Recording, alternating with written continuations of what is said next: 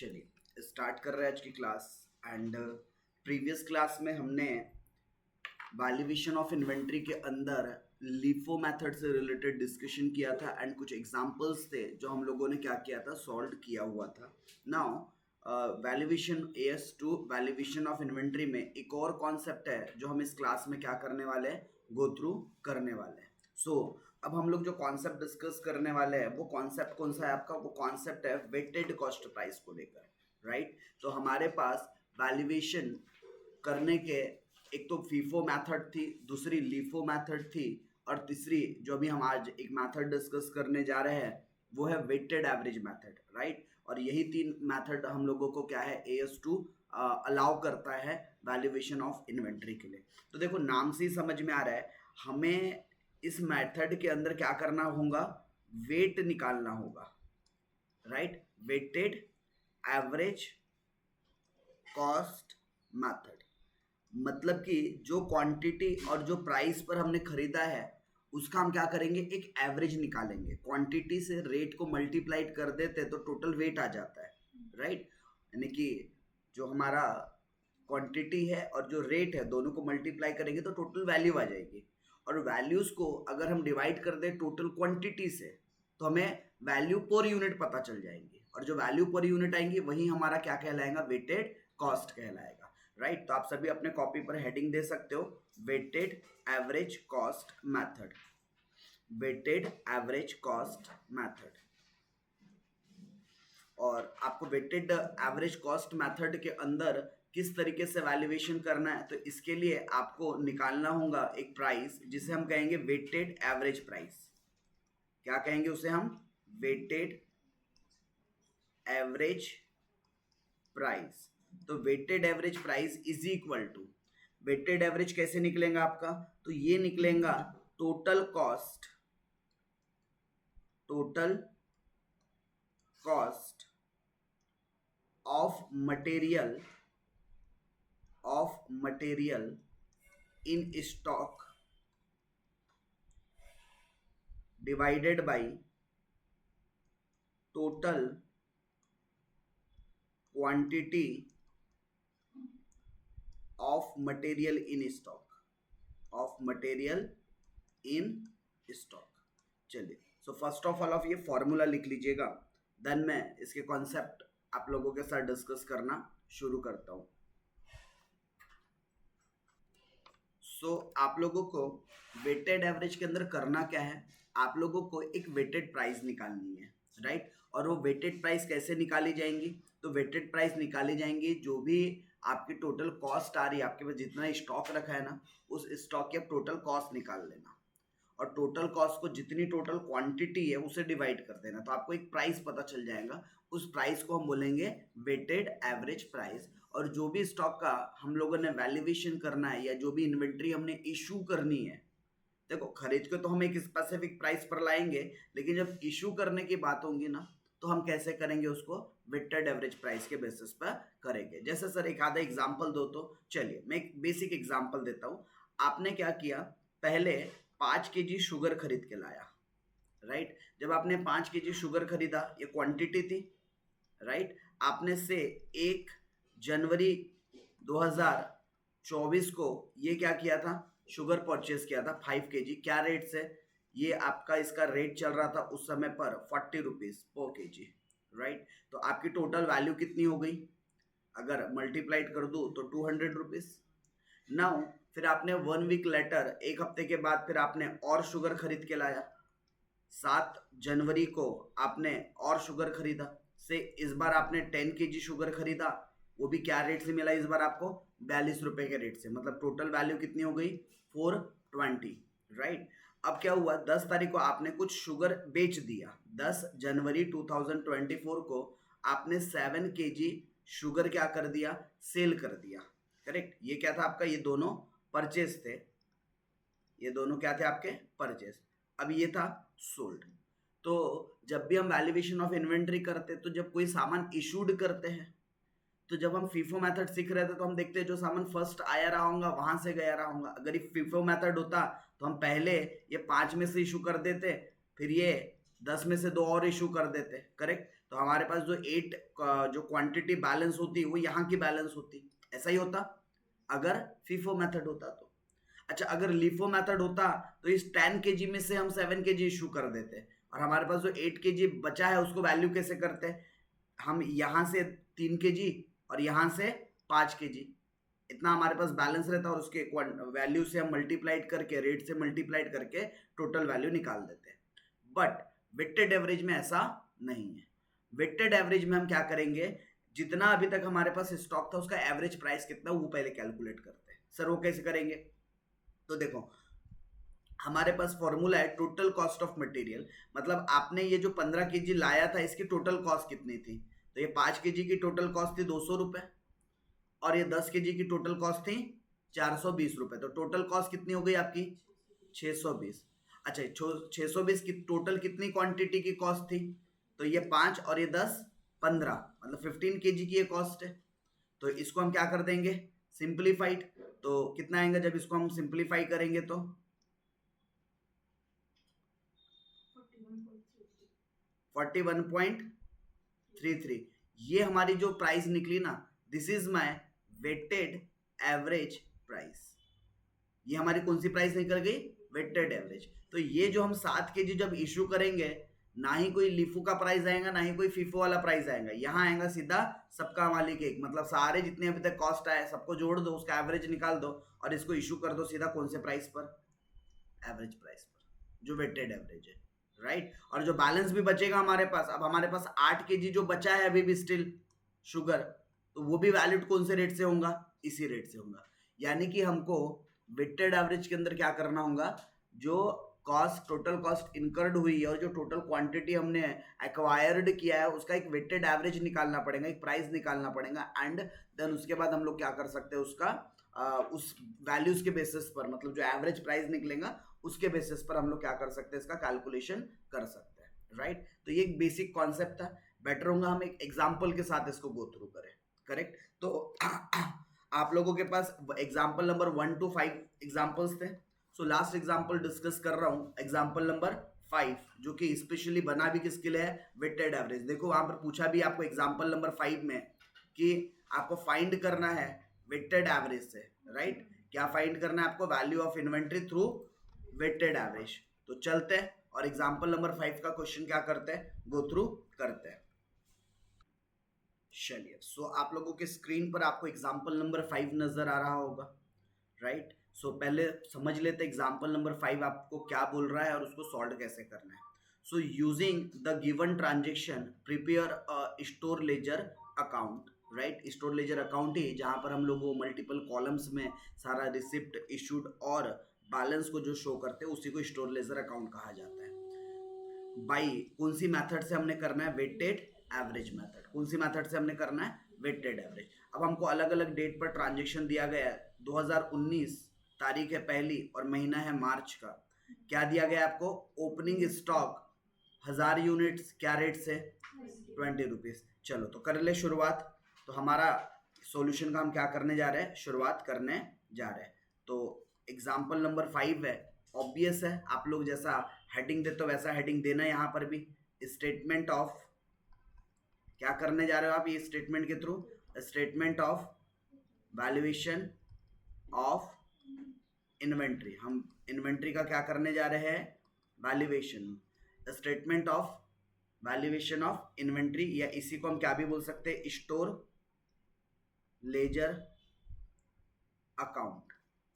और कौन सी मेथड से हो रहा है ये, तो जो मेथड है उसका नाम लिख लेंगे, वेटेड एवरेज मेथड। डन यहां तक की चीजें, ओके।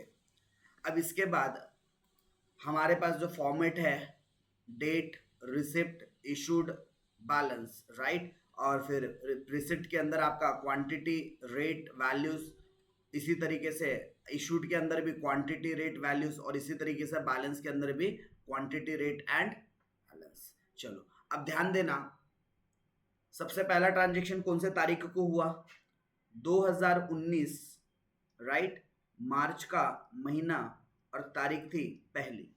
क्या हमने कोई रिसिप्ट किया, क्या कुछ परचेस किया क्या, आंसर इज नो। क्या कुछ इशूड किया क्या? Answer is again no.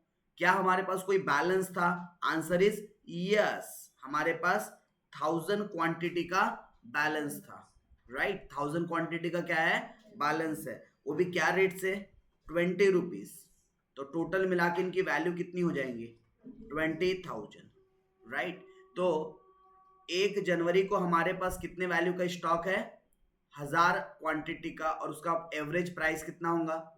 20 रुपए, राइट। क्यों? क्योंकि यहाँ पर हमारे पास दूसरी और कोई क्वांटिटी नहीं है ना। अगर मैं टोटल भी मार लूँ 20,000 डिवाइडेड बाय 1000 यूनिट, तो भी तो आपका एवरेज रेट कितना निकलेगा? 20 रुपीज। तो आपका 1 मार्च को जो 1000 क्वांटिटी है उसकी वैल्यू कितनी दी गई? आपको 20 रुपीज पर यूनिट की वैल्यू दी गई है। ऐसे टोटल 20,000 वैल्यू है। चलिए अगले ट्रांजेक्शन की तरफ चलेंगे। अगला ट्रांजेक्शन कब हुआ है? 3 मार्च को।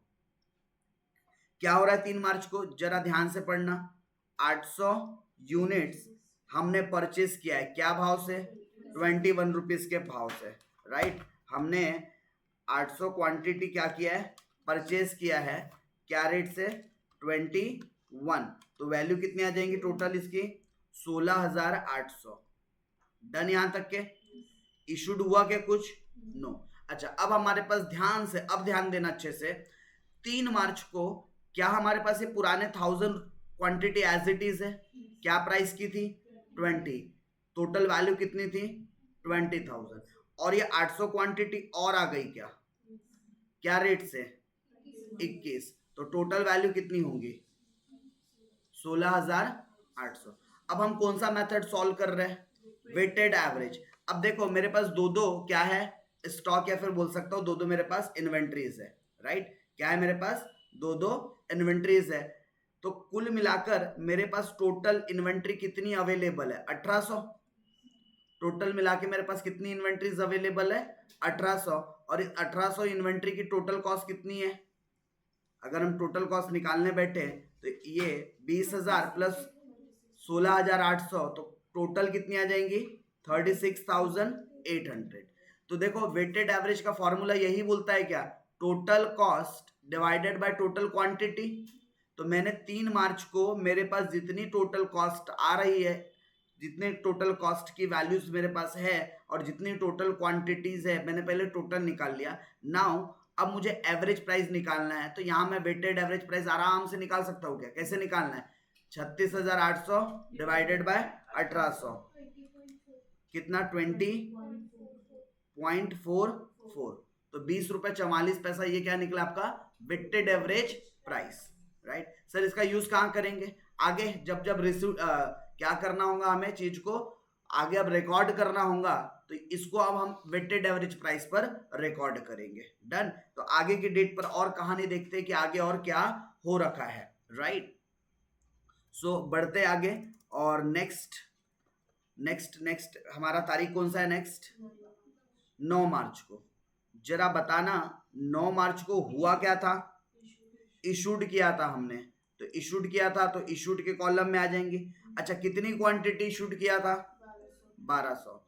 देखो इसको इजी क्यों कहता हूं मैं, आपको कारण समझ में आएगा। आपको यहाँ दिमाग की नहीं लगाना है कि ये 1200 कहां से इशूड हुए होंगे, क्योंकि वो लिफो और फिफो में होता है कि यार पहले वाले सामान से इशूड किया गया होगा या जो लास्ट में आया था उससे इशूड किया होगा। एवरेज, वेटेड एवरेज में से कोई रोल ही नहीं है कि आपको वो स्टॉक पहले देखना है कि लास्ट से जाएगा या फर्स्ट से जाएगा। आपके पास सीधा 1800 यूनिट थे, इस 1800 में चले गए। अब कौन से गए, क्या गए, गॉड नोस, राइट। सो हमें 1800 में से 1200 गए, इतना पता चल गया सीधा सीधा।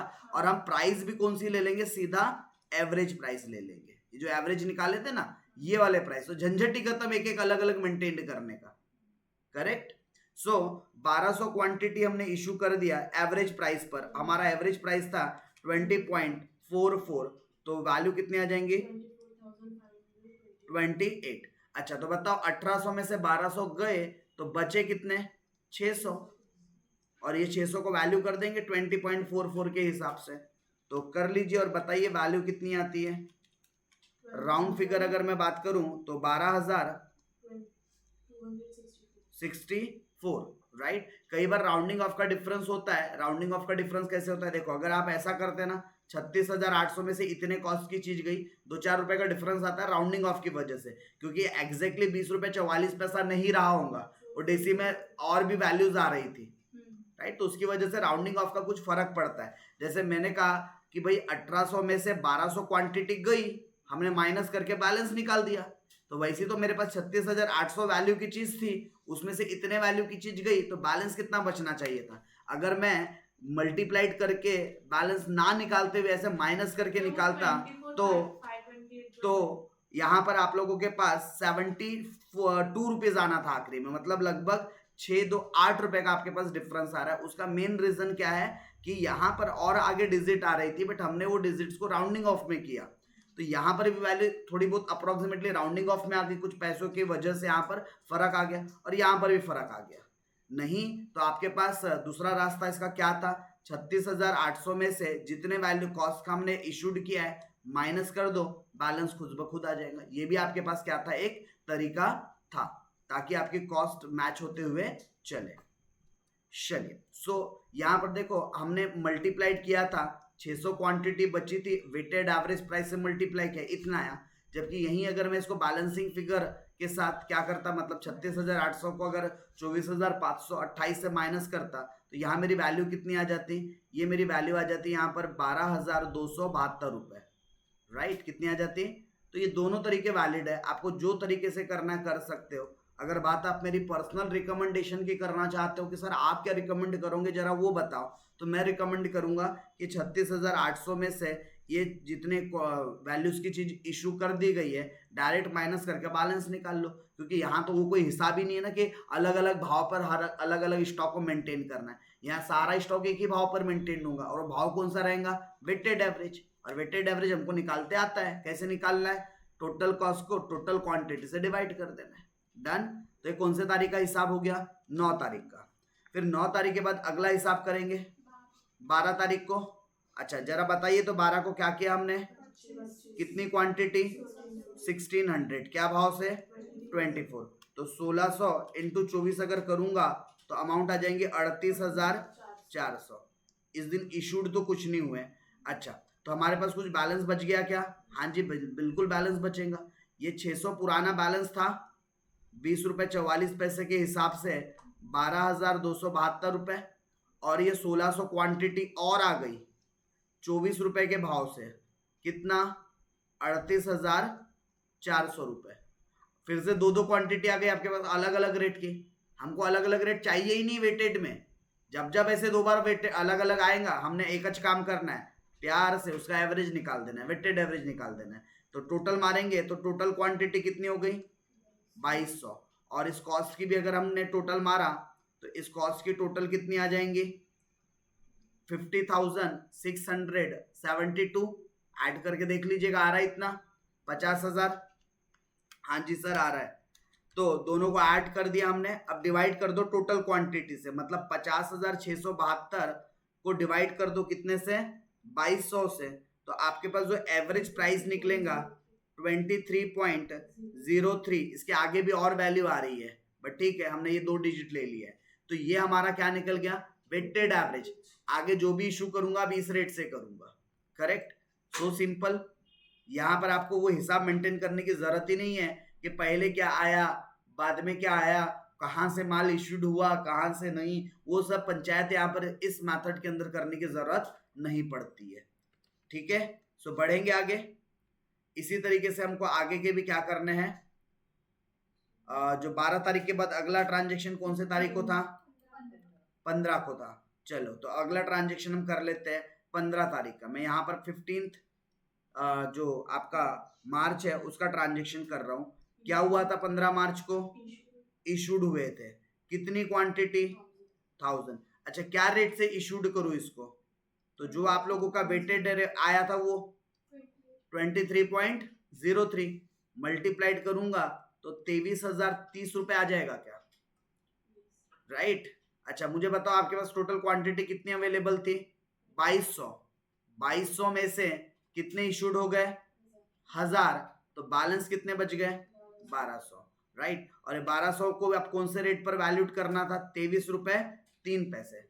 अगेन आपके पास 2 रास्ते हैं, या तो मल्टीप्लाइड करके वैल्यू लिख लो जिसमें सर्टेन कुछ डिफरेंस आएगा डेसिमल प्लेसेस की वजह से, और दूसरा ऑप्शन क्या था आपके पास, ये कॉस्ट थी आपके पास 50,672, कितनी थी इधर कॉस्ट ये वाली 50,672, उसमें से माइनस करेंगे 23,030, तो बैलेंस आ जाएगा आपके पास 27,642। ये कौन से तारीख का ट्रांजेक्शन हो गया, 15 मार्च। अच्छा 15 मार्च के बाद अगला ट्रांजेक्शन कब हुआ, 20 मार्च को। क्या किया इस दिन, इशूड किया हमने, कितनी क्वांटिटी, 600 क्वांटिटी इशूड किया। अच्छा जरा बता सकते क्या रेट से किया होगा, इसमें क्या बताना सर, जो जो वेटेड एवरेज रेट होगा उसी से करेंगे।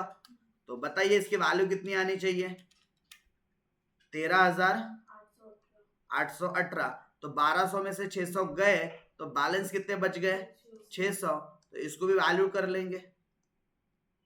तो वैल्यू कितनी आनी चाहिए, तो मैं माइनस करके डिफरेंस निकाल रहा हूँ, 27,642 में से इसको माइनस किया तो लगभग 13,824 रुपए आ रहा है, राइट। और मल्टीप्लाई करते तो आई गेस से सेम ही आंसर आ जाता। चलो तो 20 तारीख का भी ट्रांजेक्शन हो गया, फिर 20 के बाद अगला ट्रांजेक्शन 25। तो चलिए 25 की भी कहानी जरा समझ लेते हैं, क्या हुआ है 25 तारीख को। तो 25 तारीख को फर्दर हमने क्या किया है, परचेज किया है, कितने यूनिट्स, 1000 यूनिट्स, क्या भाव से 25, टोटल वैल्यू कितनी आ जाएंगी 25,000। इशूड कुछ हुआ क्या, नो। अच्छा पहले से हमारे पास 600 क्वांटिटी थी 23 रुपए 3 पैसे की हिसाब से, और 1000 क्वांटिटी और ले लिया हमने 25 रुपए के भाव से। इसकी टोटल वैल्यू थी 13,824 और इसकी वैल्यू थी 25,000। तो निकाल दो एवरेज, टोटल क्वांटिटी कितनी हमारे पास अवेलेबल है 1600, और इसकी टोटल कॉस्ट कितनी आती है 13,824 प्लस 25,000, तो ये होता है टोटल मिला के 38,824।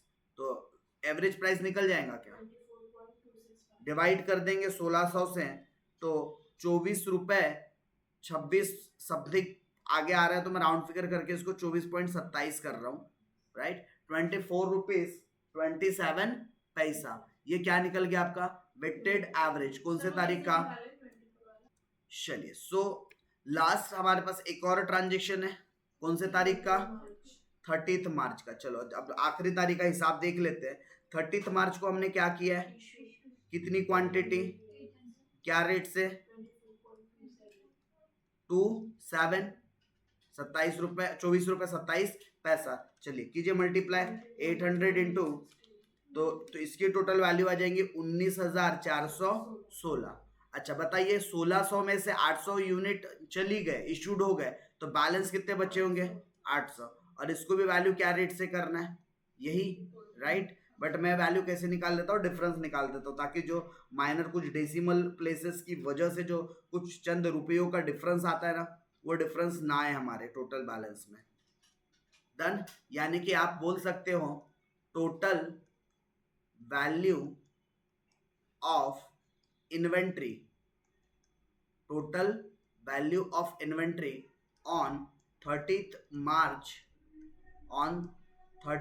March 2019 of 800 quantity is 19,408 रुपए, ठीक है 19,408 रुपए। ये क्या आ गया आपका 800 क्वांटिटी और उसकी वैल्यू इतनी है, कौन सी मेथड से, एज पर कौन सी मेथड से, वेटेड एवरेज कॉस्ट मेथड या प्राइस मेथड भी बोल सकते हो, वेटेड एवरेज प्राइस मेथड। तो ये ज्यादा सिंपल थी, इसमें आप लोगों को वो हिसाब किताब सीक्वेंस वाइज मेंटेन ही नहीं करना था। जो सामान आ रहा था, जहां पे 2 सामान हो रहा है 2 बार, मतलब इसमें 2 अलग अलग प्राइस का स्टॉक आ रहा है, डायरेक्टली दोनों का क्या निकाल दो वेटेड एवरेज। कैसे निकालेंगे, total cost divided by total quantity करके। डन। चलिए तो ये था आपका कॉन्सेप्ट किससे रिलेटेड, वेटेड एवरेज से रिलेटेड। सो होप अब आप लोग वेटेड एवरेज, लिफो, फीफो, इनकी क्या करोगे प्रैक्टिस, राइट। अब आप लोगों के पास प्रैक्टिस के लिए सवाल है या नहीं? बहुत सारे सवाल है। मैंने आपके साथ क्या किया, कॉन्सेप्चुअली डिस्कस किया है, और आप लोगों का ये जो शीट है, राइट, अब इस शीट पर आ जाइएगा आप लोग। तो मैंने मोस्टली आपके साथ 1 2 3 4 5 ये क्वेश्चन तीनों ही फॉर्म में क्या किया, डिस्कस किया है। ये सिमिलर हमने बेस यूज लिफो में भी किया है, फिफो में भी किया है, और वेटेड एवरेज के अंदर भी किया हुआ है, राइट। कुछ और क्वेश्चंस है, तो ये 5 क्वेश्चन कॉमनली आप क्या कर सकते हो, तीनों में सॉल्व कर सकते हो। तो आपको कैसे एक प्रैक्टिसिंग की एक हैबिट हो जाएगी, राइट। एक एक टाइप के, अगर एक ही क्वेश्चन को अगर आप उसमें फिफो भी यूज कर रहे हो, लिफो भी कर रहे हो, वेटेड भी कर रहे हो, तो आपकी एक प्रैक्टिस अच्छी खासी हो जाएगी। अच्छा, मैं चलता हूं अगले सवाल की तरफ। अगला सवाल है एग्जाम्पल नंबर 6, राइट। नेक्स्ट हमारे पास जो सवाल है वो कौन सा है, एग्जाम्पल नंबर 6। ध्यान देंगे इस पे। फर्स्ट टू 5 क्वेश्चन आप लोगों ने क्या करने हैं, अटेम्प्ट करने हैं खुद से, राइट। कहीं दिक्कत जाएंगी so we will discuss. If कहीं दिक्कत नहीं जा रही है तो हम कंटिन्यूटी में बात कर रहे हैं। तो सभी का ध्यान कहाँ होना चाहिए, एग्जाम्पल नंबर 6 पर होना चाहिए। तो होप सभी लोगों का ध्यान कहाँ है, एग्जाम्पल नंबर 6 पर है। मेरे साथ साथ सभी लोग इस क्वेश्चन की तरफ ध्यान देंगे, क्योंकि समझाऊंगा।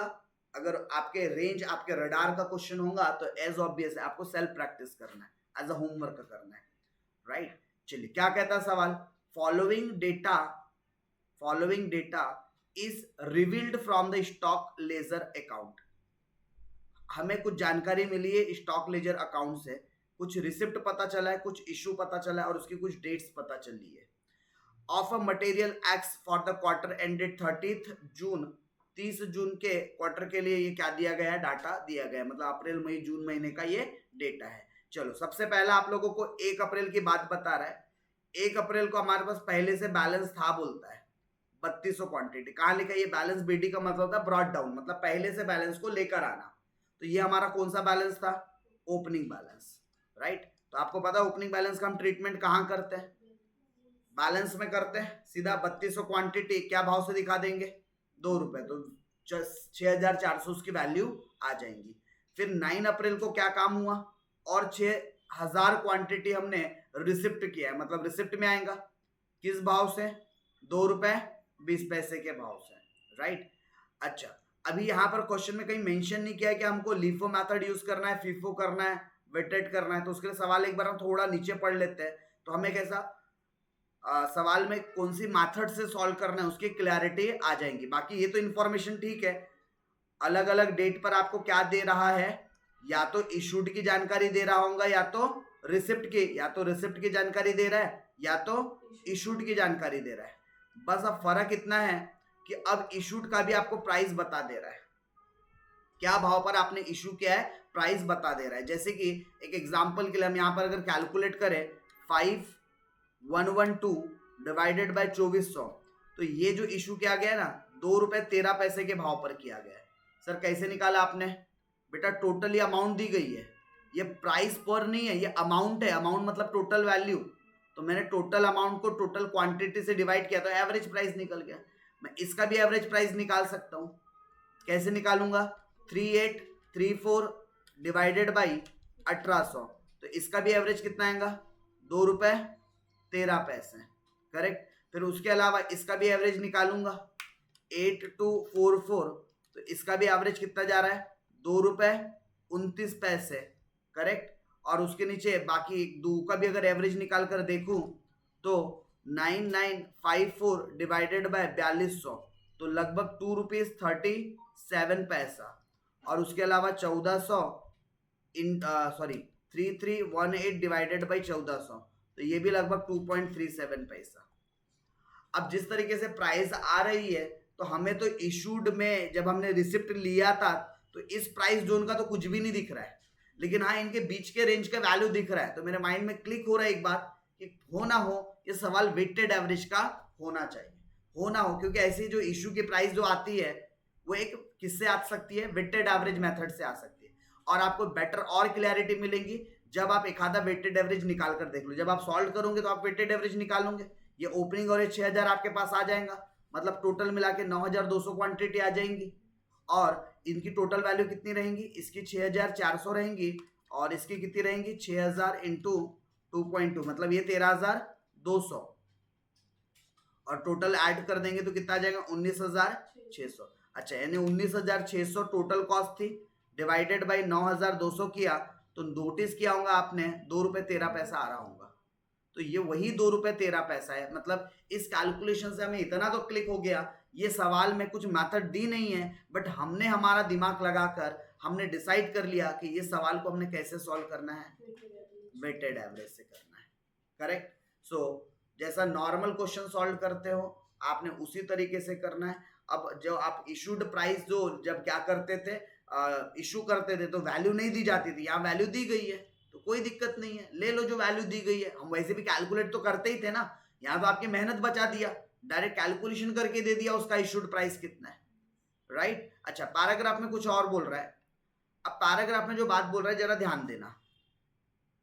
फिजिकल वेरिफिकेशन किया गया 30 जून को, मतलब आखिरी दिन पर एक फिजिकल वेरिफिकेशन हुआ और बोलता है revealed an actual stock of 7600 units. बोलता है 7600 यूनिट ही बचे थे बोलता है, जबकि हमारे रिकॉर्ड के हिसाब से कितने बचने चाहिए, चलो रफली कैलकुलेट करते हैं। वैसे तो जब आप स्टेटमेंट बनाओगे तो आपको पूरा ही पॉइंट पता चल जाएंगे, बट एक रफली मैं आपके साथ डिस्कस कर रहा हूं। हमने टोटल सामान खरीदा या हमारे पास आया कितना 3200, ये फिर 6000, फिर 7200, फिर 5000, बराबर मैंने सबको ऐड कर दिया तो टोटल मिलाकर हमारे पास 21400 क्वांटिटी आई है। This is my total receipt. अच्छा टोटल इशूड देख लो एक बार, दिस सबको ऐड कर दो, 2400, 1800, 3600, 4200 और 1400, तो कुल मिलाकर 13400 इशू हो रहे। तो उस लिहाज से हमारे पास एट द एंड कितना बचना था, 21400 में से 13400 को माइनस करूं तो एट द एंड 8000 क्वांटिटी बचना था क्या, बट हमारे पास बची कितनी है, तो 400 क्वांटिटी जो है वो गई कहां, क्योंकि वो बोल रहा है भैया 7600 यूनिट बची है। हमारे कैलकुलेशन के हिसाब से तो कितनी क्वांटिटी बचनी चाहिए, 8000 क्वांटिटी बचनी चाहिए। तो यहां पर क्या हुआ होगा, यहां पर 400 यूनिट इशू किया गया होगा, बट आप लिखा नहीं, आप लिखना भूल गए होंगे, राइट। तो आपको क्या करना पड़ेगा, जो भी डेट आखिरी मंथ की तारीख होंगी लाइक जून 30 को एक 400 क्वांटिटी और इशूड किया, इस बात की एंट्री करना पड़ेगा ताकि ये 7600 से बैलेंस क्या हो सके, मैच हो सके, राइट। यानी कि आपको पूरा नॉर्मल सॉल्व करना है जैसा नॉर्मल आप करते हो वेटेड एवरेज के अंदर। और जो सबसे आखिरी जब आप 30 जून पर पहुंच जाओगे, क्योंकि हमको तो 7600 का स्टॉक रखना है, जबकि हम रफली कैलकुलेशन कर रहे हैं तो 8000 क्वांटिटी का माल बच रहा है, तो जो 400 क्वांटिटी हम 30 जून को क्या कर देंगे, इशूड कर देंगे, राइट। समझ में आई बात। उसी के लिए कुछ पॉइंट यहाँ लिखा था, indicate as to which pricing method is employed in the above. हाँ ये तो हमने निकाल लिया, वेटेड एवरेज प्राइस निकाला ना, वेटेड एवरेज प्राइस से क्वेश्चन सॉल्व हुआ है। और दूसरे पॉइंट पर बोला था complete the above account by making entries, बोलता है कुछ तो मिसिंग है, कंप्लीट करो। तो क्या कंप्लीट करना था, ये 400 क्वांटिटी जो डिफरेंस आ रही थी वो 30 जून को हमने एंट्री मारना था, वही बात कंप्लीट करना था, करेक्ट। तो ट्राई करेंगे इसको, चलिए। सो स्टार्ट करें अगर हम डिस्कशन आपके एग्जाम्पल नंबर 6 का। तो एग्जाम्पल नंबर 6 में आप लोगों के सामने कुछ इंफॉर्मेशन थी, राइट। और इन इंफॉर्मेशन के बेसिस पर आपने क्या करना चाहिए था, चीज़ों को सॉल्व करना चाहिए था। सो हम भी आगे बढ़ेंगे और बात करेंगे आपके साथ एग्जाम्पल नंबर 6 को लेकर। तो फर्स्ट ऑफ ऑल आपके पास क्या दिया गया था, बोला गया था following data is revealed from the stock ledger account of material x from the for the quarter 30 June 2019। Receipt की जानकारी है, इश्यूज की जानकारी है, बैलेंस निकाल लेंगे, वैल्यूज गिवन है अलग अलग डेट पर। नीचे पैराग्राफ में आपको कुछ इंफॉर्मेशन दिया गया था और लिखा था कि फिजिकल वेरिफिकेशन जब 30 जून को किया गया तो ऐसा पाया गया कि एक्चुअल में तो 7600 यूनिट्स ही है। देखते हैं हमारे स्टोर जो लेजर अकाउंट जो बनाएंगे हम, जो वर्किंग बनाएंगे उसके हिसाब से कितना स्टॉक बचना चाहिए, और फिर जो डिफरेंस आ रहा है उसको कैसे एडजस्ट करेंगे वो भी देखना है। पहले पॉइंट पर आपको बोला गया है कि indicate as to which pricing method is employed in the right. तो कौन सी मेथड इस्तेमाल की गई है वो हमें बताना है, राइट। तो सॉल्यूशन करते समय समझ में आ जाएगा और हम बता देंगे। सेकेंड पॉइंट पे बोला था complete the above amount by making entries, मतलब कुछ एंट्रीज करो एडजस्टमेंट के लिए, right. Consider the necessary including adjustment if any and giving explanation for such adjustment, और उसका एक्सप्लेनेशन भी दे देना बोल रहा है। जो आपने एडजस्टमेंट किया वैसा एडजस्टमेंट क्यों किया उसका क्या भी दे देना, एक्सप्लेनेशन भी दे देना। चलो तो इसका हम क्या स्टार्ट करने जा रहे हैं, सॉल्यूशन। तो सबसे पहले आप लोग क्या बना रहे हो, मैं डायरेक्ट लिख रहा हूँ स्टोर लेजर अकाउंट, राइट। आप चाहो तो पूरी पूरी हेडिंग दे सकते हो, मैं डायरेक्टली लिख रहा हूँ स्टोर लेजर अकाउंट, करेक्ट। और ये मैं मैनुअली यहाँ फॉर्मेट बना रहा हूँ। पहला कॉलम मेरा किस चीज के लिए, डेट। डेट के बाद दूसरा कॉलम रिसिप्ट, या इसी को हम क्या भी बोल सकते हैं, परचेज। तो ब्रैकेट में लिख लूं, कोई ऐतराज नहीं। उसके बाद अगला कॉलम इशूड का, जिसको हम क्या भी बोलते हैं, सेल। और लास्ट कॉलम किसका, बैलेंस का, जिसको हम क्या भी बोलते हैं, स्टॉक। ठीक है। तो होप, मुझे तो नहीं लगता कि फॉर्मेटिंग में किसी को दिक्कत जा रही है। फॉर्मेट तो सबको एकदम रट से गए हैं। सबसे पहला कॉलम क्वांटिटी, दूसरा रेट, तीसरा वैल्यू या फिर अमाउंट, राइट। फिर से क्वांटिटी, रेट, या तो वैल्यू लिख दो या तो अमाउंट लिख दो। फिर से क्वांटिटी, रेट और अमाउंट। चलिए बढ़ेंगे आगे, सर बढ़ना ही चाहिए। तो सबसे पहले आप मुझे बताइए कौन से तारीख की आपको एंट्री और ट्रांजैक्शन आपको सवाल के अंदर दिख रहा है। सबसे पहला ट्रांजैक्शन अगर हम देखें तो 1 अप्रैल का ट्रांजैक्शन है, राइट। 2019, अच्छा ईयर नहीं दिया है, हाँ दिया है, 2019 जून मंथ की बात हो रही है, जून क्वार्टर की बात हो रही है। तो 2019 1 अप्रैल, राइट, 1 अप्रैल की बात हो रही है। तो हमारे पास पहले से बैलेंस था क्या, तो रिसिप्ट में कुछ आएगा क्या, नो। इशू में कुछ आएगा क्या, नो। बैलेंस हमारे पास कितना था, 3200, और क्या वैल्यू से था, 2 रुपए के हिसाब से। तो इसकी टोटल वैल्यू कितनी आ जानी चाहिए, 6400, राइट। और एक तारीख का हिसाब यहाँ पर क्या हो चुका है, खत्म। ये मेरा एक तारीख का हिसाब यहाँ पे डन। अगर वेटेड एवरेज निकालने भी जाओगे तो सेम ही आएगा क्या, वेटेड एवरेज कितना, 2 रुपए। 6400 डिवाइडेड बाय 3200 करोगे तो वेटेड एवरेज कितना आएगा, 2 रुपीज। नेक्स्ट अगली तारीख थी 9 अप्रैल। नेक्स्ट कौन से तारीख को ट्रांजेक्शन हुआ, 9 अप्रैल को। क्या हुआ 9 अप्रैल को, परचेस, कितनी क्वांटिटी, 6000, क्या रेट से, 2.20। तो इसकी टोटल वैल्यू कितनी आ जाएंगी, 13200। इशूड कुछ हुआ क्या इस दिन, नो। अच्छा तो 9 अप्रैल का हिसाब देखते हैं। 3200 क्वांटिटी मेरे पास पहले से थी 2 रुपए के प्राइस वाली, जिसकी टोटल वैल्यू आती है 6400। और ये 6000 क्वांटिटी और आ गई क्या, 2 रुपए 20 पैसे के हिसाब से 13200। चलो अब क्योंकि मेरे पास दो क्वांटिटी है, तो क्या मैं इसका एवरेज मतलब वेटेड एवरेज निकाल सकता हूँ क्या, कैसे निकालूंगा, दोनों को ऐड कर दो। मेरे पास कुल मिलाकर 9200 क्वांटिटी है। जबकि कॉस्ट की बात करूं तो कॉस्ट आती है 19600। तो जरा एवरेज निकालो, 19600 डिवाइडेड बाई 9200, तो 2 रुपए 13 पैसे का क्या आता है, एवरेज आता है, राइट। तो ये कौन से तारीख का हिसाब खत्म हो गया हमारा, 9 अप्रैल का हिसाब खत्म हो गया। अब 9 अप्रैल के बाद आगे बढ़ेंगे। अगला ट्रांजेक्शन कौन से तारीख को हो रहा है, अप्रैल 13, मतलब कि 13 अप्रैल की हम क्या करने जा रहे हैं, अभी चर्चा करने जा रहे हैं।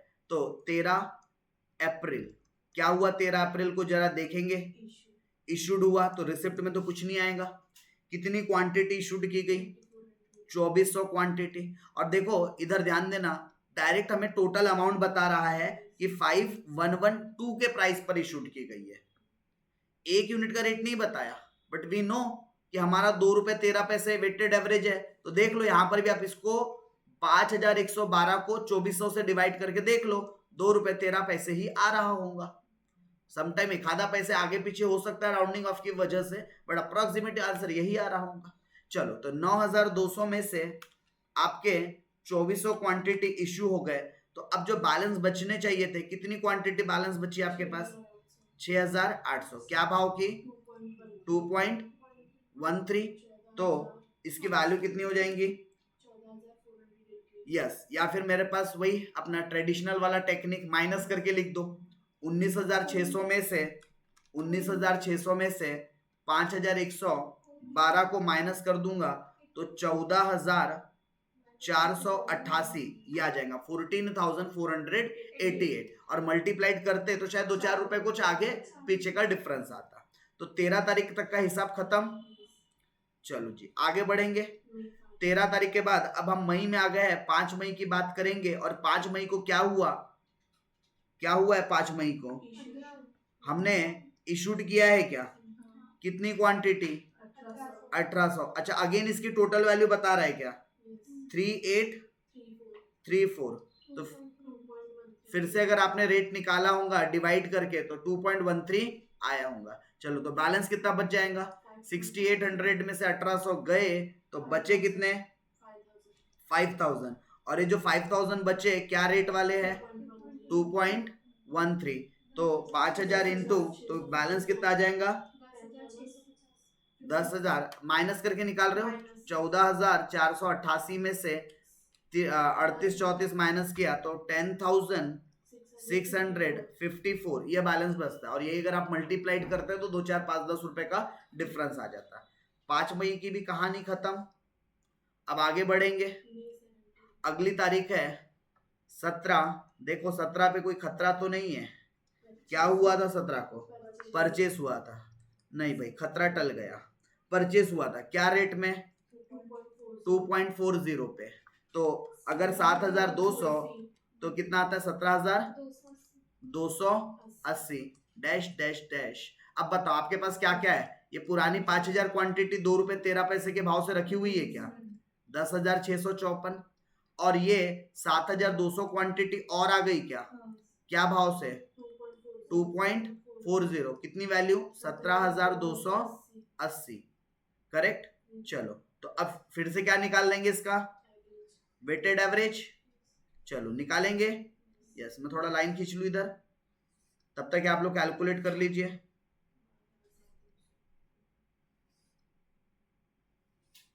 ओके, तो टोटल मिला के हमारे पास क्वांटिटी कितनी हो गई? 12,200। और अगर मैं कॉस्ट की बात करूं तो हमारी जो टोटल कॉस्ट है 27,934। तो डिवाइड करके हमने एवरेज प्राइस निकाल लिया जो कि 2.29 आ रहा है। राइट, राउंडिंग ऑफ कर दिया जाए तो 2.29 राउंडिंग ऑफ करने पर हमारे पास ये फिगर आ रहा है। तो हमारे पास 17 मई तक का हिसाब आ गया। आगे बढ़ेंगे। अगली तारीख मई 24। क्या हुआ इस दिन? इशूड हुआ। कितनी क्वांटिटी? 3600। टोटल कितने वैल्यू में? 8,244। तो अगेन प्राइस निकाल लो। 8,244 डिवाइडेड बाय 3600 आईला सेम वही प्राइस जो वेटेड एवरेज था। यस, आना ही है क्योंकि वेटेड एवरेज से चल रहा है। किसमें? मतलब आपने 28 लिया था क्या? हाँ, तो आपने राउंडिंग ऑफ नहीं किया था। अगर आप इसको राउंडिंग ऑफ में करोगे तो 2.29 आएगा। हाँ, तो थोड़ा बहुत देखो, राउंडिंग ऑफ में बार बार बोल रहा हूँ, डेसिमल की वजह से राउंडिंग ऑफ आएगा। उतना कॉमन सेंस अपने को यूज करना है। राइट। और थोड़ा सा राउंडिंग ऑफ क्यों आता है? क्योंकि हम डेसिमल के बाद के 2 डिजिट लेते हैं, जिनका भी 2-4-5 रुपए का कहीं डिफरेंस आ रहा होगा, एक आधा पैसे का, वो इसलिए आता है क्योंकि भैया हम तो डेसिमल के बाद के 2 डिजिट ही ले रहे, उसके आगे के डिजिट तो इग्नोर कर देते हैं ना, इसलिए वो डिफरेंस क्रिएट होता है। कोई मेजर इशू नहीं है। 12,200 में से 3600 क्वांटिटी माइनस करेंगे, बैलेंस कितनी आ जाएंगी? 8,600। क्या भाव से? 2 रुपए 29 पैसे। अगेन मैं मल्टीप्लाइड करके नहीं निकालूंगा। 27,934 में से 8,244 क्वांटिटी माइनस कर दूंगा तो बैलेंस बचेगा 19,690 का। डन है। कौन से तारीख तक की बात हो गई? मई 24। चलो आगे बात करेंगे अगली। अब है हमारे पास जून 11 हम 11 जून पर पहुंच चुके हैं। परचेज किया कितनी क्वांटिटी 5000, क्या रेट से 2.50, तो 5000 इंटू 2.50 करेंगे तो आंसर आ जाएगा 12500। इशूड कुछ भी नहीं हुआ। अच्छा अब एवरेज आ जाएगा आपका, पहले 8600 19,690 रुपए की चीज थी और ये 5,000 की चीज और आ गई आपके पास ₹2.50 के रेट से, मतलब कि 12,500। निकालो एवरेज, तो कुल मिलाकर 13,600 क्वांटिटी है और 19,690 प्लस 12,500 तो 32,190। 32,190 डिवाइडेड बाय 13,600 तो 2.37 कर दो राउंड फिगर, क्योंकि आप जब तीसरा डिजिट देखोगे तो 5 के ऊपर है, तो मैं आगे इसको राउंडिंग ऑफ कर रहा हूँ, 37 पैसा लिख रहा हूँ। करेक्ट। तो 11 जून तक का हिसाब डन। आगे बढ़ेंगे। अब 11 जून के बाद अगला हिसाब कौन से तारीख का 27 जून का। क्या हुआ था 27 जून को सोल्ड मतलब कि इशूड किया गया था। चलो तो हमने भी यहां पर लिख दिया जून, तारीख है 27, रिसिप्ट में कुछ नहीं आया, हमने इशूड किया है कितनी क्वांटिटी 4200 और इसकी टोटल वैल्यू आपको दी गई है। टोटल वैल्यू है इसकी 9954। जरा 9954 को डिवाइड कर दो 4200 से, देखो फिर से सेम ₹2.37 ही वैल्यू आपको देखने को मिल रहा होगा। तो 13,600 में से 4200 गए तो बचे कितने 9,400। क्या भाव के है ₹2.37 और डिफरेंस निकाल देता हूं 32,190 माइनस 9954 तो 22,236 22,236। कौन से तारीख तक का हिसाब हो गया जून। अब हम हमारी आखिरी तारीख के ऊपर है जून 29। क्या हुआ इस दिन भी इशूड हुआ कितनी क्वांटिटी 1400 क्वांटिटी। अच्छा क्या रेट से इशू हुई होंगी एज ऑब्वियस है 2.37 या फिर आपको निकाल लो 3318 अमाउंट दी गई है, निकाल लो रिवर्स कैलकुलेशन करके 3,318 डिवाइडेड बाई 1400 करूंगा तो आ रहा है बराबर ₹2.37। अच्छा तो बताओ 9,400 में से 1400 क्वांटिटी गए तो बचने कितने चाहिए 8,000। क्या भाव के ₹2.37। मतलब इसकी अगर मैं वैल्यू की बात करूं तो 2236 माइनस 3318 तो 18,918 का सामान हमारे पास बचना चाहिए था। लेकिन हमने क्योंकि सवाल पढ़ा था एंड आपने भी पढ़ा था, सवाल में बोला गया था कि 30 जून को हमारे पास 7,600 क्वांटिटी बचती है। कितनी क्वांटिटी बचती है जबकि हमारे पास 29 जून को कितनी क्वांटिटी बच रही है, यानी कि according to the question data वो बोल रहे 7,600 यूनिट बचेंगी। हमारे पास 29 जनवरी तक का जून तक का जो डेटा मिला उसके हिसाब से 8,000 क्वांटिटी बच रही है, मतलब 400 क्वांटिटी का गड़बड़ हो रहा है क्या। तो 400 क्वांटिटी क्या कर दी गई होंगी इशू कर दी गई होंगी, इशू की गई होंगी। हमारे पास 8,000 बची है, सामने वाले बोल रहे 7,600 ही है, तो 400 क्या हो गई होंगी इशू। तो हम 30 जून को एक एडजस्टमेंट करेंगे। क्या एडजस्टमेंट करेंगे ये 400 क्वांटिटी इशू कर देंगे। क्या भाव से 2.37 तो इसकी वैल्यू कितनी आ जाएंगे 948। तो अब कितनी बच गई क्या रेट से और इसकी टोटल वैल्यू कितनी आ जाएंगी तो 17,970 ये वैल्यू आनी चाहिए। माइनस कर दिया मैंने 18,918 में से 948 क्या कर दिया माइनस, और अगर आप मल्टीप्लाइड करके भी निकालना चाहते हो तो लगभग 18,012 मतलब कि कितने रुपए का डिफरेंस आ रहा है 32-33 रुपए का डिफरेंस आ रहा है। तो ये डिफरेंस क्यों आ रहा है अगेन हम स्टार्टिंग से राउंडिंग ऑफ डेसिमल हर एडजस्टमेंट में 4-5 रुपए का डिफरेंस आ ही रहा था। तो इस वजह से अगर आप डायरेक्ट मल्टीप्लाई करोगे तो आपको 32-33 रुपए का डिफरेंस दिखेगा। इसलिए मल्टीप्लाइड ना करते हुए क्या निकालते चलना डिफरेंस निकालते हुए चलना। मैं तो मोस्ट प्रेफरेबल ऐसे डिफरेंस निकालते हुए चलता हूं। डन। अब आपको सवाल में दो चीज पूछा था, पहला कि कौन सा मेथड यूज कर रहे हो, सो बता सकते हो क्या we are using which method weighted average method. और सेकंड थिंग, आपको बोला था कि बताओ कोई एडजस्टमेंट करोगे और उसके एक्सप्लेनेशन की जरूरत होगी तो दे देना। हाँ, हमने एक एडजस्टमेंट किया ऑन 30th जून। हमने क्या एडजस्टमेंट किया? On 30th June 400 quantity issued at the rate 2.37, right. और हमारे पास जो क्लोजिंग इन्वेंट्री बच गई, closing inventory on 30th June 7,600 units at the rate 2.37, total value approx 17,970। खत्म। इतनी बात लिख देना था जो आपको एक्सप्लेनेशन मांगा गया था उसके अंदर। तो उम्मीद करता हूं आपको ये जमा किस तरीके से सॉल्व करना चाहिए था। डन। चलिए, एक आप लोगों के स्क्रीन पर अभी क्वेश्चन है, ये आप लोगों का एग्जाम में आया हुआ क्वेश्चन है जो प्रीवियस अटेम्प्ट हुआ था।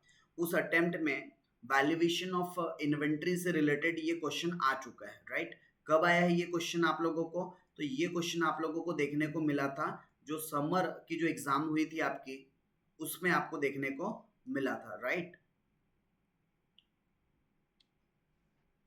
चलिए, तो ये क्वेश्चन था समर 24 का, right. Module number 1 valuation of share से रिलेटेड सवाल आया था। सवाल ये था, the following transaction took place in respect of material x, correct, during the month of January 2020। Opening stock दिया है 50 टन और उसका भाव दिया है 1000 रुपए, तो सीधा सीधे बैलेंस में आ जाएगा। फिर उसके बाद हमने 30 टन इशूड किया, तो ऑब्वियस है कौन से रेट से किया होगा, डिपेंड करता है कौन सी मेथड से सॉल्व कर रहे हैं। तो आपको एक बार फीफो से सॉल्व करना है और एक बार लिफो से, मतलब सेम क्वेश्चन है और दोनों मेथड अप्लाई करनी है, करेक्ट। सो अगर आप फीफो से करोगे तो इस 50 टन में से 30 टन चली जाएगा, 20 टन बचेगा। फिर वापस 60 टन और लाया आपने 1100 के भाव से, फिर उसकी और आपने रिसिप्ट में एंट्री हो जाएंगी। फिर 25 टन इशू किया, तो 25 कहां से इशू हो जाएंगे? जो पुराने 20 बचे थे वो, और ये 60 में से 5। फीफो मेथड आपने ऑलरेडी किया हुआ है, सेम टाइप ऑफ क्वेश्चन, बस इतना है कि फिगर अलग है, नंबर्स अलग है, बाकी जो पैटर्न ऑफ द क्वेश्चन है वो तो सेम ही है जो आपने पहले भी किया हुआ है। उसके अलावा रिसीव्ड बैक ऑर्डर 10, अब ये रिसीव्ड बैक बोल रहा है, रिसीव्ड बैक मतलब कि रिटर्न आया ही है, राइट। प्रीवियसली जो हमने 990 रुपए पर टन के हिसाब से जो इशू किया था, प्रीवियसली इशूड एट ₹90, मतलब ये कोई तो भी पुराना माल है आपका। ये देखो यहाँ पर कहीं पर भी 990 के रेट का इशू प्राइस का दिख रहा है क्या? नहीं, यानी ये जो माल आया ना ये और पुराना माल है, राइट। तो ये हमारे पास 10 क्वांटिटी रिटर्न आई है, क्या रेट से? 990 रुपए के रेट से। तो रिटर्न हमारे पास आई है तो रिसिप्ट साइड में लिखना चाहिए इसको, करेक्ट। और जब भी उसका वो प्लेसमेंट आएगा तो सबसे पहले ये आ जाएगा, क्यों? क्योंकि बहुत पुराना माल है ये। फिर 40 इशूड किया गया, तो जब भी ये 40 टन इशूड करेंगे तो पहले ये 10 को यूटिलाइज करना, क्यों? क्योंकि बहुत पुराना माल था। फिर उसके बाद बचे हुए 60 में से जो भी इशू करना है वो करेंगे। फिर उसके बाद था रिसीव्ड 22 टन इस भाव से और इशूड कर दिया 33 टन, राइट। फीफो से करना है और लिफो से करना है। तो इस क्वेश्चन को मैंने ओरली एक्सप्लेन किया है, आप इसको एज अ होमवर्क के तौर पे प्रैक्टिस करोगे, राइट। दोनों से 16 मार्क का क्वेश्चन है, तो मस्ती में मत करना, थोड़ा सिंसियरली करना, क्योंकि 16 मार्क की बात है, करेक्ट। चलिए, हम एक और पेपर देखते हैं आपका विंटर 2023 में क्या क्वेश्चन आया था। चलिए, अब मैं आपके पास एक और क्वेश्चन लेकर आ गया हूं।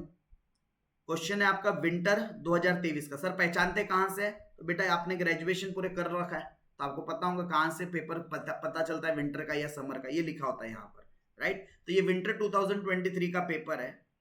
The following is the summary of the receipt and issue material in a factory by Messrs Arise company limited during the January 2023। Received receipt में आएगा और उसका रेट भी दे दिया है। इशूड कहाँ आएगा? सोल्ड या फिर इशूड में आ जाएगा आपका, करेक्ट।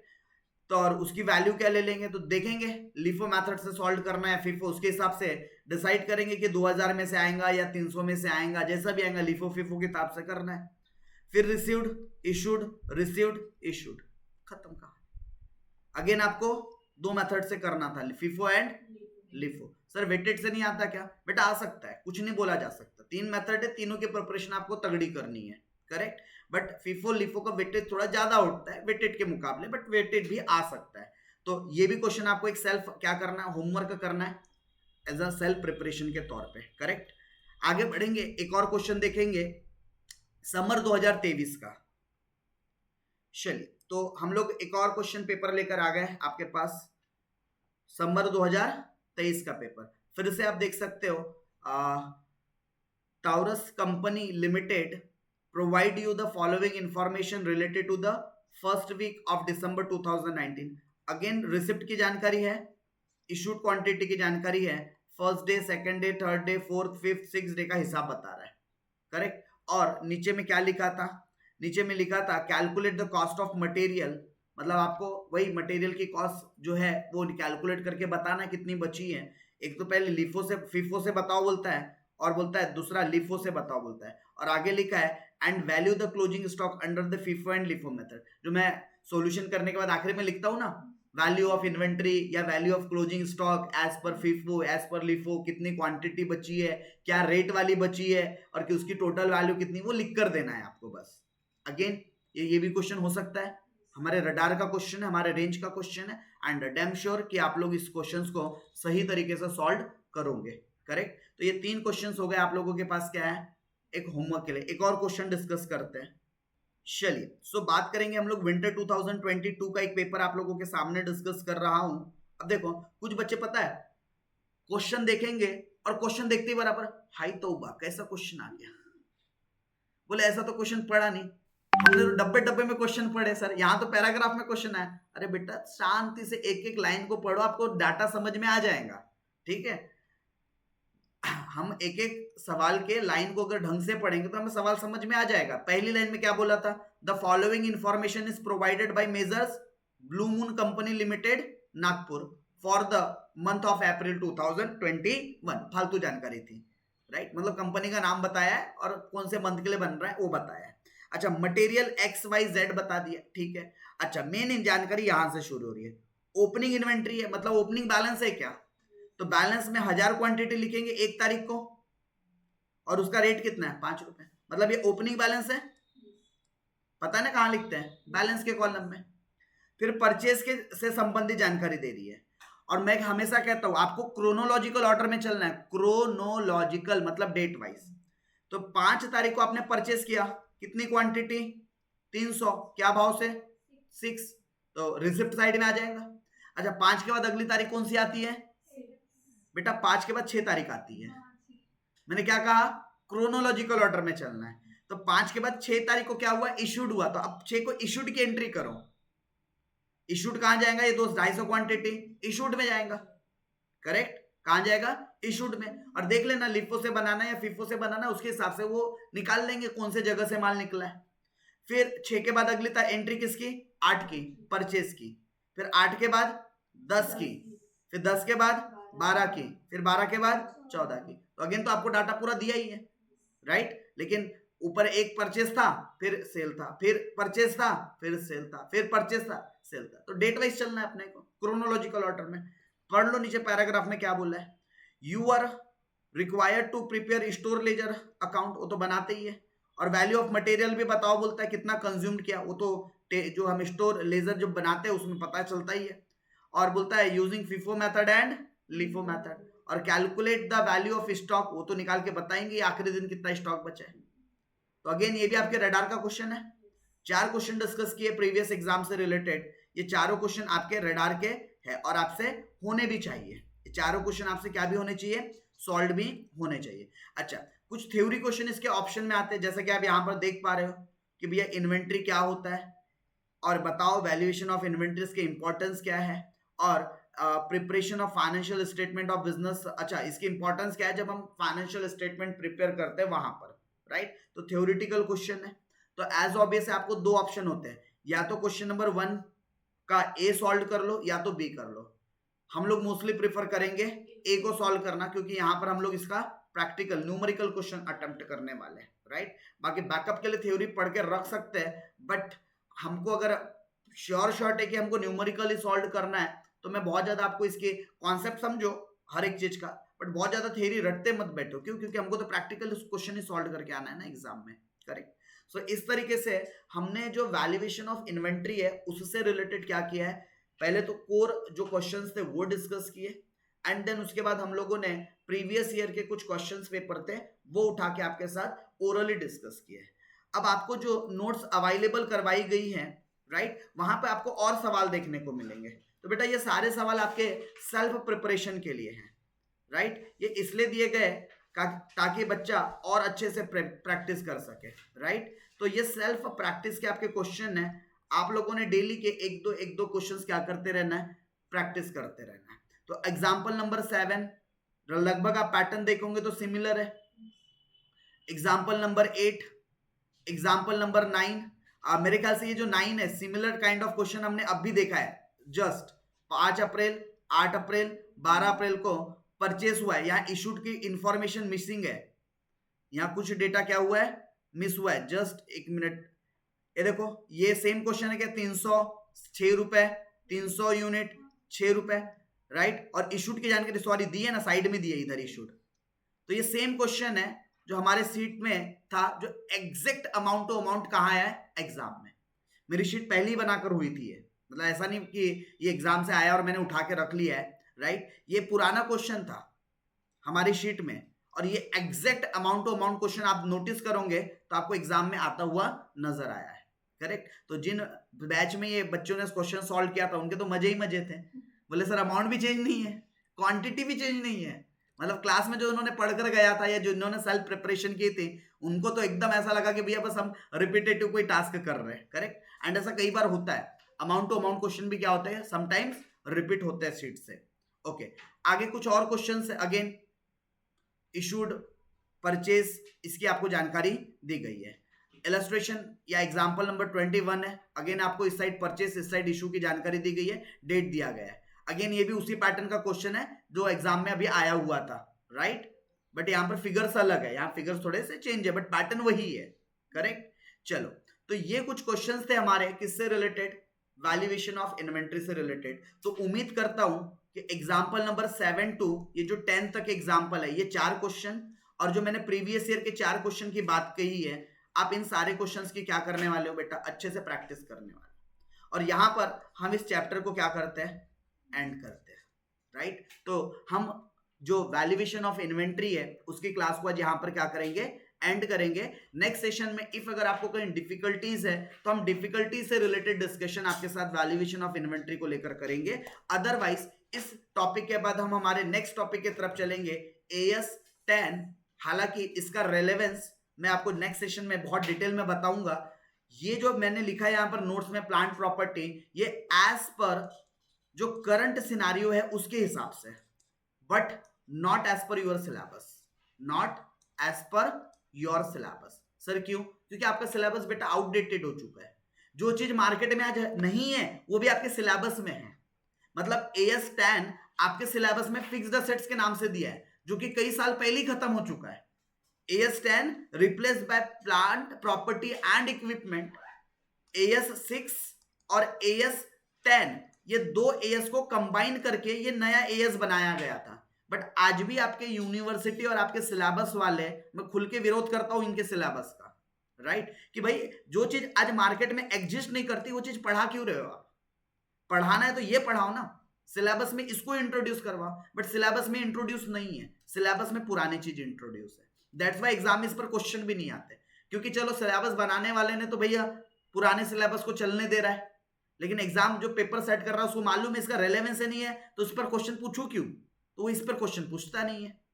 आपने कहीं पर भी देखो डेप्रिसिएशन का क्वेश्चन नहीं देखा, पिछले 4 साल के क्वेश्चन देखे हमने, कहीं भी आपने डेप्रिसिएशन का क्वेश्चन देखा? नहीं देखा। कहीं भी आपने फिक्स्ड एसेट्स का क्वेश्चन देखा? नहीं देखा। क्यों नहीं देखा? क्योंकि ये अब इररिलेवेंट हो गया सिलेबस में। और रेलेवेंट क्या है?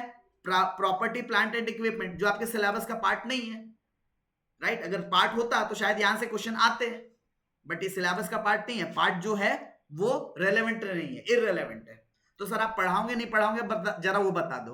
तो मैं आप लोगों को इसका पूरा इंट्रोडक्शन दूंगा, बट इसके हम बहुत ज्यादा प्रैक्टिस नहीं करने वाले, राइट। हम प्रैक्टिस उन चीजों की ज्यादा करेंगे जो एग्जाम ओरिएंटेड चीजें हैं। इसका मैं पूरा कॉन्सेप्ट, पूरा नॉलेज आपके साथ डिलीवर करूंगा। हम नेक्स्ट क्लास में AS 10 के ऊपर बात करेंगे, न्यू जो एक्चुअल सिनारियो है उसके हिसाब से क्या, और एक बार आपका जो ओल्ड जो सिलेबस का सिस्टम है उसके हिसाब से क्या। हम कमिंग सेशंस के अंदर इसके ऊपर चर्चा करेंगे, राइट। एंड उसके बाद ये मॉड्यूल हमारा एंडिंग फेज पर है, क्योंकि इस मॉड्यूल में हमें AS 3 एक और टॉपिक पढ़ना पड़ता है। टोटल इसमें 4 AS है आपके मॉड्यूल 1 के अंदर। AS 2 जो कि किससे रिलेटेड डील करता है, वैल्यूएशन ऑफ इन्वेंट्री, जो कि हमने फिनिश किया।